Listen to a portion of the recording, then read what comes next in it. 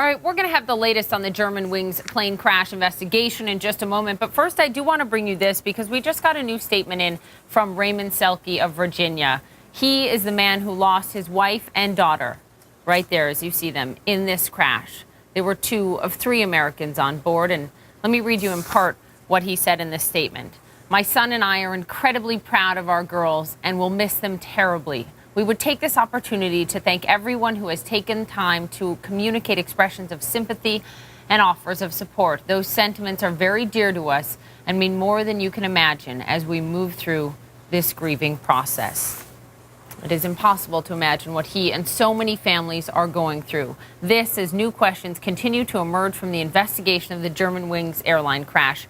How much, if anything, did the airline know about the mental state of the man who officials say deliberately crashed this plane? Let's talk about it with Dr. Jacqueline Brunetti, a senior aviation medical examiner. Also, Brian Claypool, a criminal defense attorney, joins me from Los Angeles. Thank you both for being here.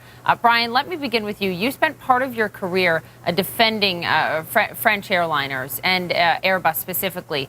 When you look at this, Lufthansa's CEO has said that obviously something tragic happened here. Lubitz slipped through the safety precautions that they have. The airline believed that he was indeed fit to fly. They say they had no knowledge of those medical notes that were found in his apartment torn up, saying that he was unfit to fly.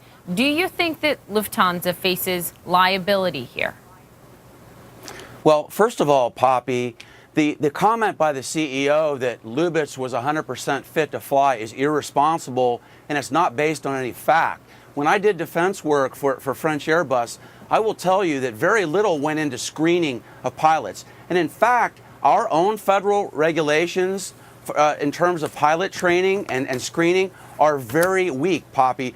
Our regulations deal primarily with the training of pilots. There's very little as far as whether a pilot is fit. And in this case, the issue is not, well, did Lufthansa know about it? And gee, did Lubitz hide this from us? The issue is, should they have known? And it's my position here is that clearly they should have done more. We need more transparency with pilots. They need to be subjected to mental health assessments, not a 5-minute discussion, how are you doing? And then once they're hired, Poppy, we need to have more regulations in place to make sure that the mental health of these pilots is continuously regulated. Doctor, I see you nodding your head here. I mean, just to give our viewers some perspective, you are one of the doctors that evaluates these pilots every 6 months to make sure they are indeed fit to fly. But you don't do routine psychological examinations, and that confounds a lot of people. Right, that's correct, Poppy. I think what the flying public need to understand is that a commercial pilot is evaluated medically every 6 months.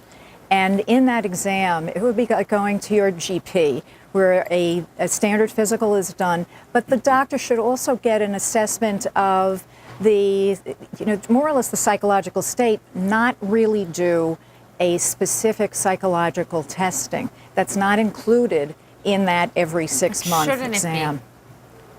I think that's part of what Brian's saying. And I see that is a big issue right now simply because of this crash. It makes sense that people would feel that would be an important thing to do. The problem with that is who would be doing that exam? Certainly, the aviation medical examiner is not a trained psychiatrist or psychologist. Who will pay for that exam? The commercial pilots, for the most part, are paying for these exams out of pocket. They're not covered by their medical policies. And unless it's a corporate pilot who has good benefits, it's all out of pocket expense. I do have to let Brian respond because I heard him trying to jump in there. Yeah, Poppy, look, this is ridiculous. I'm pretty outraged by this. If you want to run an airline and you want to hire a pilot that is going to put 150 lives in his or her hands, then you as the airline better hire somebody to assess these pilots. And I'll tell you what the real story is here.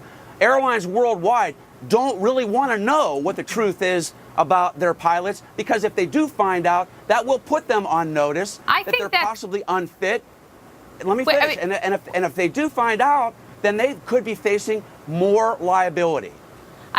understand your point. Don't know if it's fair to say airlines don't want to know. Jacqueline? All right, I'm sorry, Pep, because I'm not hearing him, but he Okay. seems very animated, so I'd like to know what he's saying. He's saying, and we'll get that fixed so Yeah. you can hear him, but what he's saying is that it is sort of unconscionable. He's saying that airlines shouldn't have to hire someone to evaluate the mental state of the pilots who are going to be flying planes with people's lives in their hands, and that this shouldn't even be a question. Well, I think the industry standard is that there is some evaluation on hiring the pilot. To talk about, does it make sense? It makes sense. Is it going to stop this problem? I don't know. Yeah. And again, it's an issue of the testing and what kind of testing. So I think this is something that we're going to be thinking about and talking about for a while to really come to some Yes. sort of decision as to what's the right way. Doctor, thank you to very do it. much. Stand by. You're going to be Thank with you. me later in the program. Brian, thank you as well. You'll be with me as well. We appreciate it. Now this.